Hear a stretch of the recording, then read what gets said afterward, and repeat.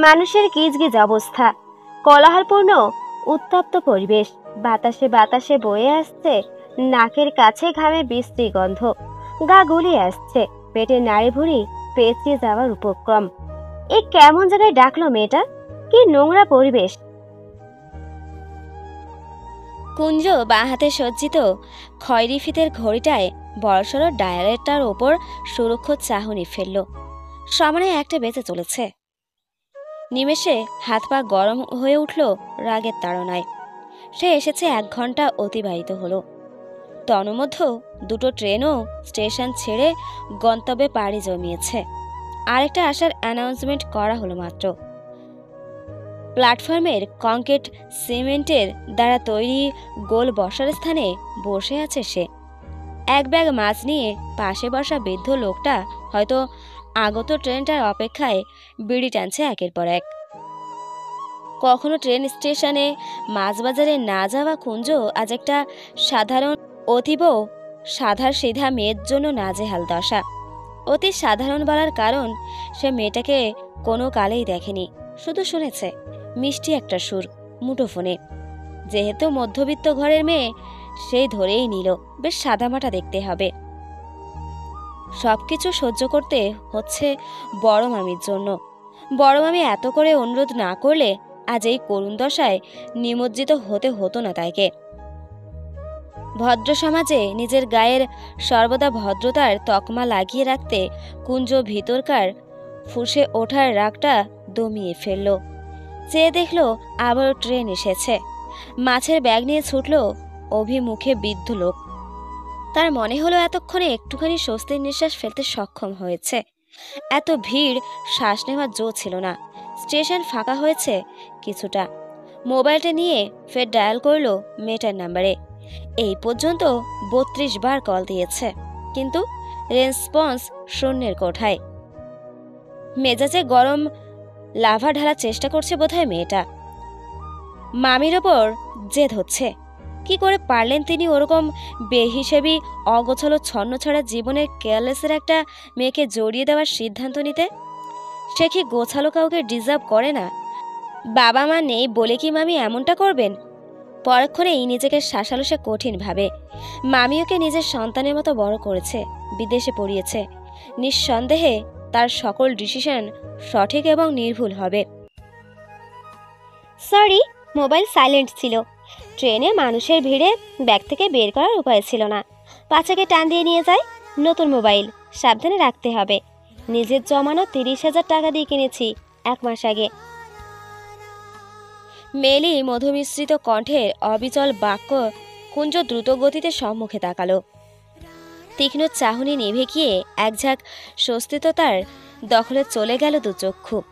মুহূর্তেই মনে হলো সাধারণ শব্দটাকে পাল্টে ফেলতে হবে। নিজের অতীতের ভাবনাকে ধামাচাপা দিতে পারলে মিলবে শান্তি।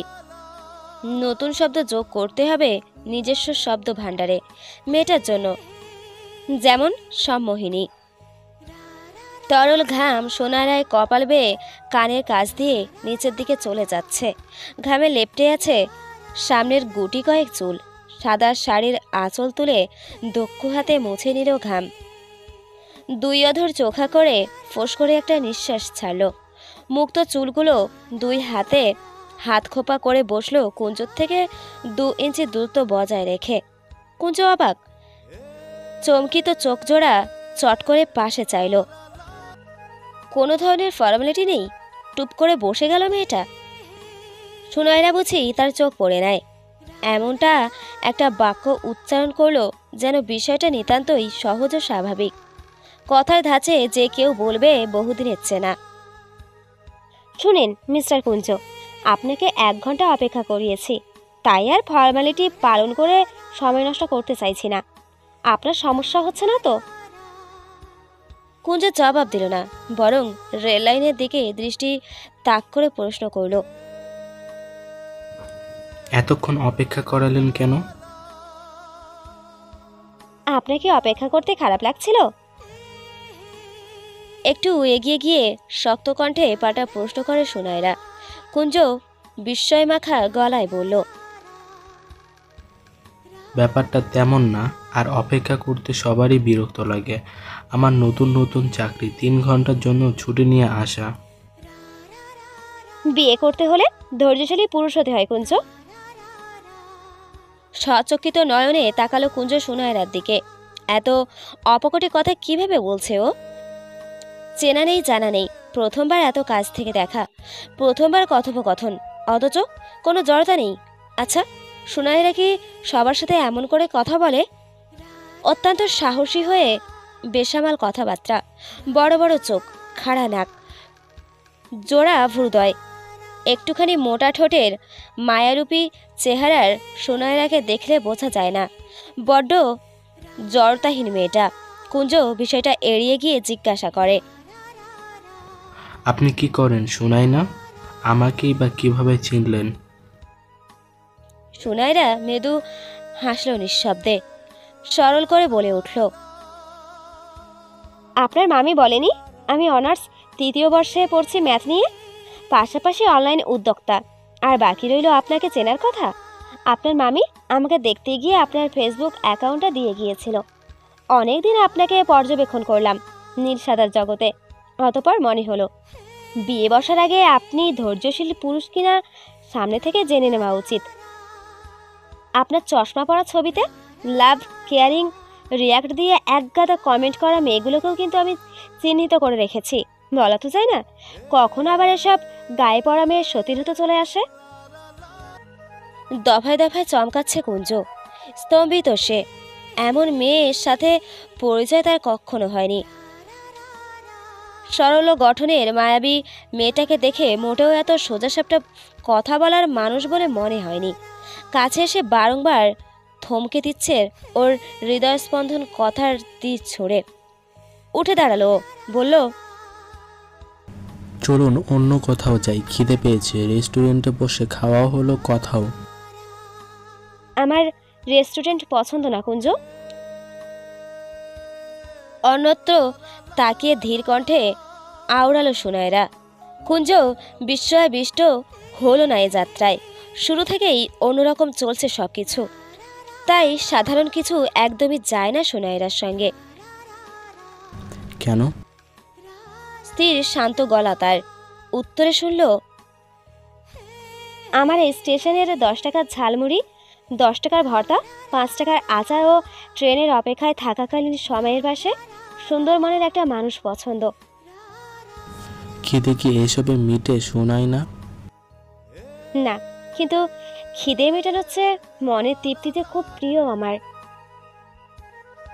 কুঞ্জ ঝালমুড়িওয়ালাকে ডেকে কাছে আনলো, বলল 2টো ঝালমুড়ি দিতে। সুনয়রার পানে নেত্রযুগল মেলে ধরে, না খেয়ে থাকা যায়? মনের সুখ ছাড়া বেঁচে থাকতে ইচ্ছে করে? অতি বিলম্বে ধাতস্থ কণ্ঠে প্রশ্নাত্মক বাক্য ছড়ে দেয় সুনয়রা। কুঞ্জ তীক্ষ্ণ চোখে চেয়ে বোঝার চেষ্টা করলো মেয়েটার ভাবগতি। অনায়াসে ঠাওয়ার হলো মানসিক অশান্তি। পাথরে বানিয়ে দিয়েছে নরম হৃৎপিণ্ড। মধ্যবিত্ত পরিবারের সুশীল একটা মেয়ে, সামনের সুন্দর জীবন, কিসের এত অসুখ তার? এই মেয়েটার সব অসুখ নিজের নামে লিখে নেবে ও। প্রয়োজন পড়লে শত শত সুখ ত্যাগ করবে। প্রথম দেখায় সৃষ্টির অনুভূতিকে অবহেলা করার দুঃসাহস করবে না। জীবন থেকে যেতে দেবে না সুনয়রাকে। কিন্তু ভাগ্য বোধহয় তার সহায় হলো না। ঝালমুড়ি খেতে গিয়ে ভুলবশত অর্ধেক ঝালমুড়ি পড়ে গেল সুনয়রার কোলে। সাদা শাড়িতে হলুদের দাগ মাখামাখি। কুঞ্জ অস্থির হয়ে পকেট থেকে রুমাল বের করে মোছার চেষ্টা করে, কিন্তু বারবার ব্যর্থ হয়। উল্টো দাগ ছড়িয়ে গেল। সুনয়রা সযত্নে হাসে, বলে, কিছু দাগ হাজার চেষ্টায়ও ওঠে না কুঞ্জ। আপনি অস্থির হবেন না, আমি বরং বাড়ি গিয়ে লেবু দিয়ে তোলার চেষ্টা করে দেখব।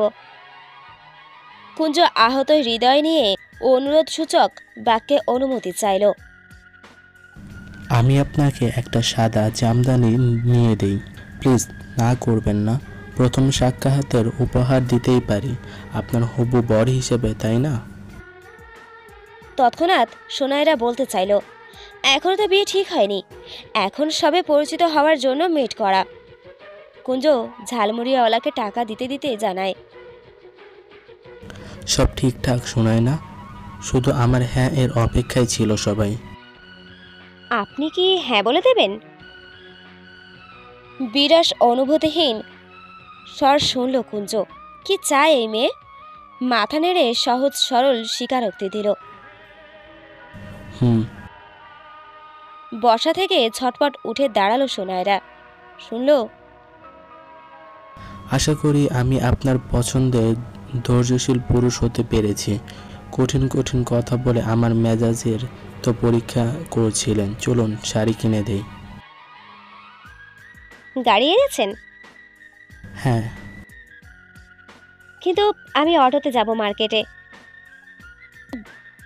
সুবোধ ছেলের মতো মেনে নিল কুঞ্জ। খালি অটো পেল না, রিস্কা নিতে চাইলে দৃঢ় না আসলো সুনায়রার কাছ থেকে। অগত্যা একটা অটোতে উঠল। একে অপরের বিপরীতে মুখোমুখি বসলো দুজনে। সুনায়রার পাশে একজন বোরকা পরিহিত মহিলা, তার পাশে একটা ছেলে, তার বয়সী হবে। ছেলেটা আর চোখে বার কয়েক সুনায়রাকে দেখল। চাহনিতে মুগ্ধতা। কাণ্ডটা চোখে পড়তেই হাত মুঠো হয়ে এলো তার। অনুমতিবিহীন সুনায়রার কোলে রাখা নরম হাত টেনে আলতো করে নিজের হাত ছোঁয়ালো। হকচকিয়ে উঠল সুনায়রা। তড়িৎ গতিতে তাকালো সামনে। দেখল কুঞ্জের পাশের ছেলেটার মুখারাবের ঘোর আধার নেমেছে। বোঝার বাকি আর কি থাকে। সারা রাস্তা এক মুহূর্তের জন্য হাতটা ছাড়ল না কুঞ্জ। মার্কেটে এসে একটা লাল জামদানি দেখে কুঞ্জের মতামত পাল্টে গেল। দ্বিধাগ্রস্ত কণ্ঠস্বর তার। আমি আপনার জন্য একটা লাল শাড়ি নেই? সুনায়রা অপ্রতিভ হলো, দ্বিরুক্তি করল। না না, শুধু সাদা নিন, আর একটাও না। কুঞ্জের চেহারায় কঠিন ভাব। হাতে লাল শাড়িটি রেখে একটা সাদা জামদানি কিনে দেয় সুনায়রাকে।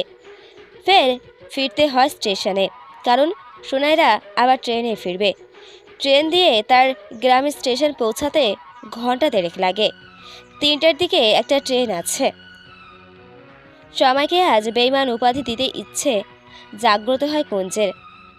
কত তত্তর করে চলে গেল। ট্রেন আসার 20 মিনিট আগে হাতের শপিং ব্যাগটা আঁকড়ে ধরে কয়েক কদম এগিয়ে গেল সুনায়রা। কুঞ্জও এগিয়ে আসলো। মাঝে বেশি না, একটুখানি কিঞ্চিত তফাত। বড় বড় কুচকুচে কালো মনির চোখ দুটোর দিকে দৃষ্টি তাক করতেই কণ্ঠ কাঁপল সুনায়রার। গাঢ় সাবলীল স্বর।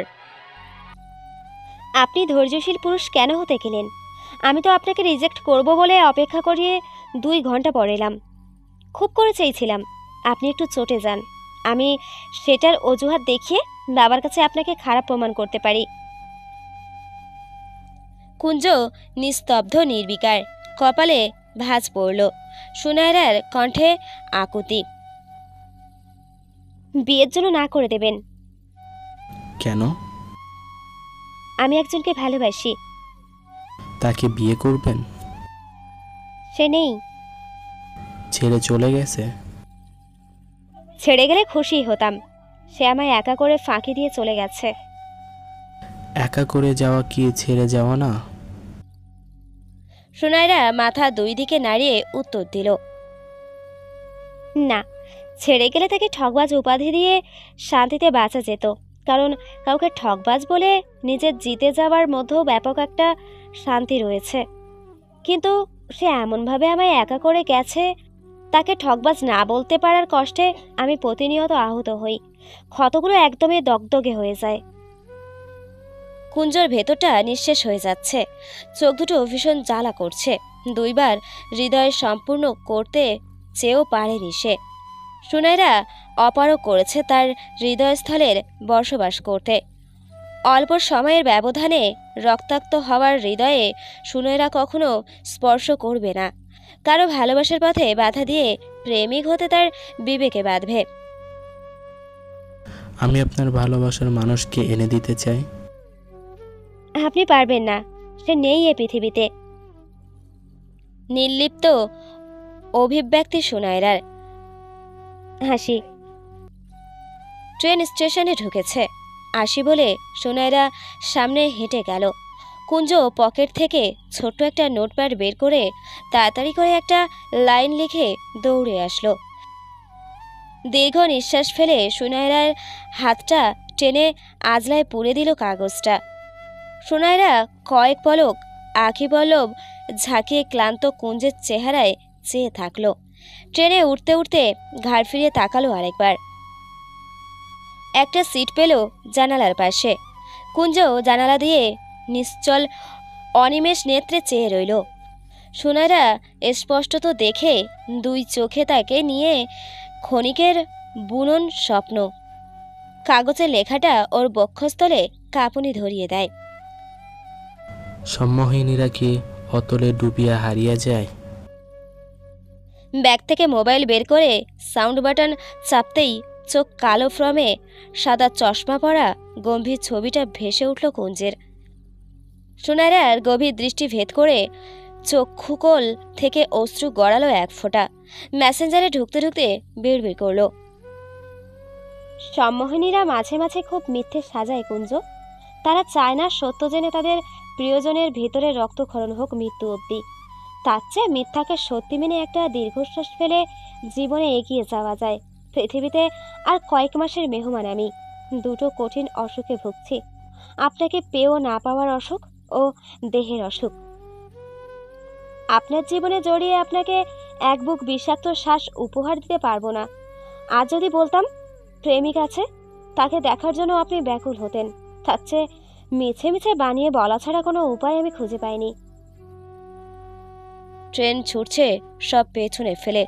ট্রেনটা একদম সুনায়রার মতো। সুন্দর সুন্দর মুহূর্ত দৃশ্যগুলো মানুষজন ফেলে এগিয়ে যাচ্ছে দুর্বার। বেদনা ভরা ঝাপসা আঁখিদয়ে কুঞ্জের ইনবক্সে কাঁপা কাঁপা হাতে কয়েকটা লাইন লিখে পাঠালো। আমি বিশ্বাস করি আপনি সেই বেহায়া ব্যক্তি হবেন না যে অন্যের ভালোবাসার অন্তরায় হবে। বিবেক বুদ্ধি সম্পন্ন লোকেরা মানুষের জীবনের বিরক্তির কারণ হয় না।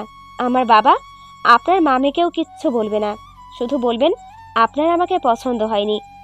আমি আমার জমানো ভালোবাসা নিয়ে দীর্ঘ পথ পাড়ি দিতে চাই, কিন্তু সে পথের সঙ্গী রূপে আপনাকে চাই না।